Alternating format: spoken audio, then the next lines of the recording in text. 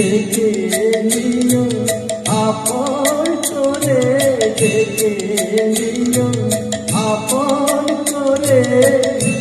মনের মন্দিরে আমার পূজার ঘর গড়িয়ে আমি সেই আশাতে বসে থাকি। এই শত